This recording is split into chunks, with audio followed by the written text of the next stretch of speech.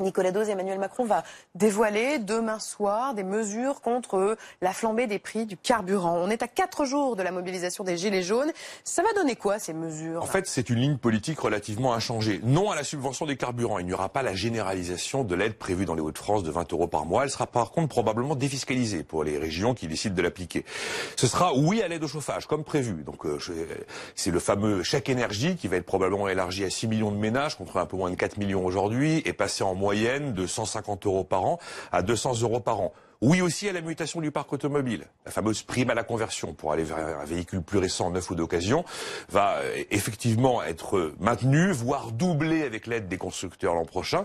Ça voudrait dire qu'elle pourrait atteindre, dans le meilleur des cas, jusqu'à 5 000 € pour un automobiliste qui n'est pas imposable. Oui aussi à la mutation des comportements. Il y a une mesure de la future loi mobilité qui a été confirmée. Ce sera une aide jusqu'à 400 € par an par l'employeur pour les salariés qui viennent en covoiturage. Mais oui, les taxes vont bel et bien augmenter sur le diesel et sur l'essence au mois de janvier prochain. Est-ce que ça peut empêcher les blocages de samedi? Non, non, là c'est mort, là on est sur quelque chose. Le carburant est devenu un prétexte à un refus du matraquage fiscal au sens large. D'ailleurs, les prix à la pompe avec les reculs du brut ont commencé à baisser. Mais personne ne s'en est rendu compte, le problème n'est plus là. On est très loin des sommets de 2012 où on payait plus de 2 € le litre, souvenez-vous. Non, là, les Gilets jaunes, ça incarne l'exaspération véritablement face à l'impôt. Je rappelle que impôt, c'est la même racine que imposteur, et celui qui paye des impôts, qui voudrait bien savoir pourquoi, eh bien, il est mobilisé samedi prochain.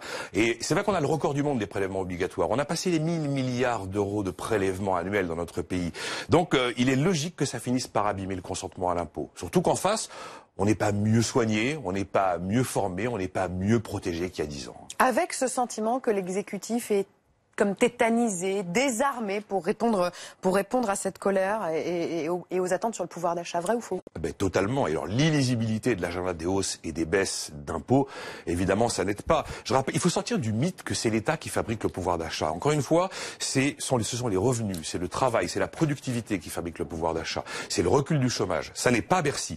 Seulement, la seule chose que peut faire le gouvernement, c'est moins le ponctionner, car il le ponctionne beaucoup. Mais pour ça, il faut s'en être donné les moyens. Ça veut dire avoir engagé la réforme de l'État pour dépenser moins et pour prélever moins.